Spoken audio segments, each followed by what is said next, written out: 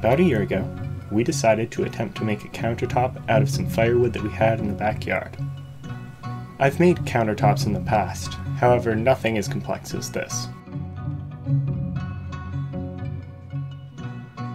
I had a table saw, a chainsaw, wood glue, and some hand planes, some clamps, and an angle grinder available to me, so I got to work right away.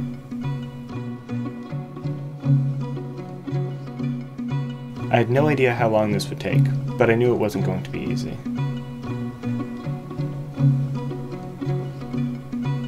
I began by cutting down the wood into manageable pieces.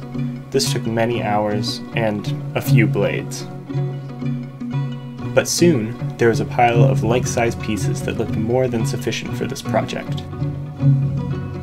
I hot glued these pieces together into blocks that were then passed through the table saw again to square up all the sides. I made a sled for the saw, then spent many more hours cutting rough mini slabs into usable and gluable boards. Once I glued together a test piece and cut both the front and back edges off, I started to really see the surface, and I was surprised by all of the beautiful variations in the wood. I couldn't resist but to take my grandfather's old hand plane and get to work flattening a small area to see how it might turn out once it's finished. I had set some tunes and got lost in the rhythm of planing. There's something so relaxing about its repetitive nature. Each swipe removes a high spot and leaves an incredibly smooth surface behind. Once I was satisfied with the test piece, I set it aside and moved on to assembling the next part.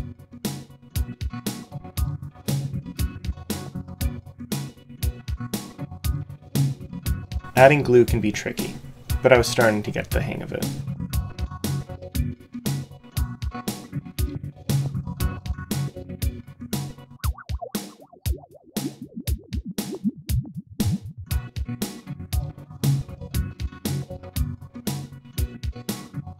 Once complete, the true assembly began, and the clamps were added.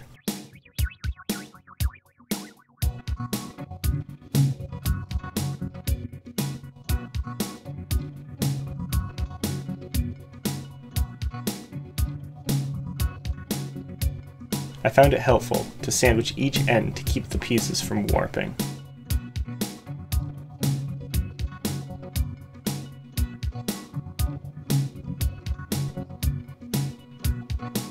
The glue dried in no time at all, and I repeated the process until the final length was achieved.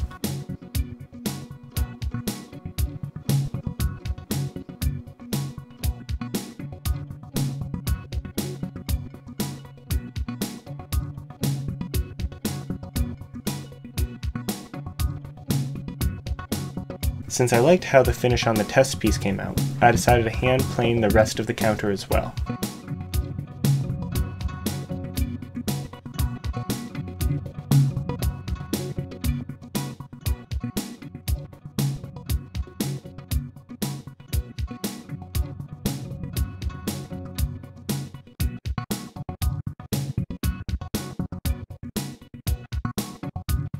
Once it was flat enough, I went over the entire surface with 120 grit sandpaper to get it ready for transportation to its final location.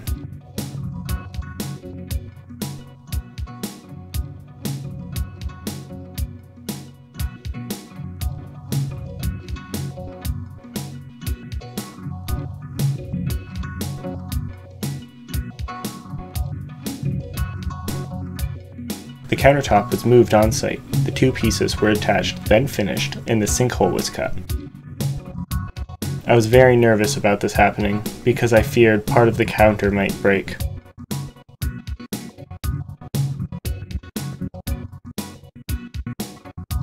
And it did. However, I kept moving forward, and I finished the hole and came up with a plan to fix it. We added a vent hood to the kitchen, which only required minor modification of the cabinets to allow for clearance of the front door. Then the first hole of the wall was created, and the vent was installed.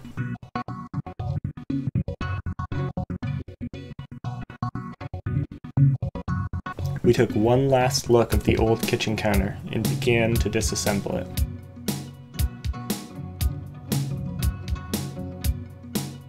We all worked together, and efficiently,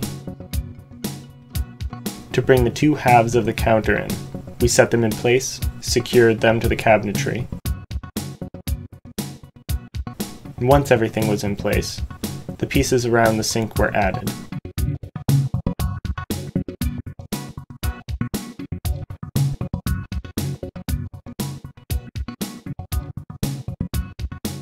Lining up the pieces took a bit of improvisation, but after a few combinations, everything fit together really well.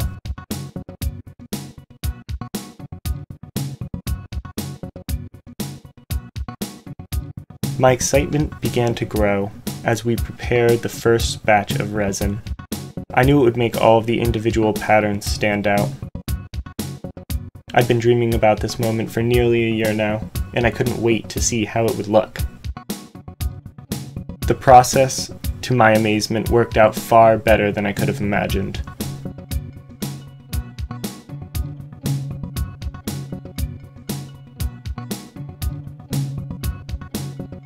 The variety in the pieces of wood is just so intense and beautiful, and I couldn't be happier with the result.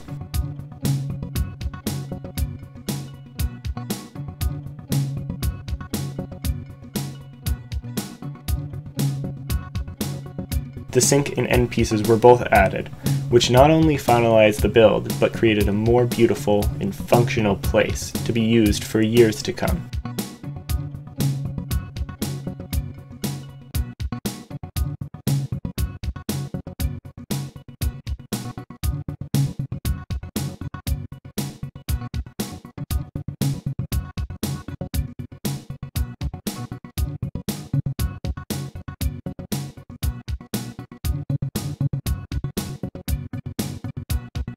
If you'd like to see more projects like this, feel free to subscribe.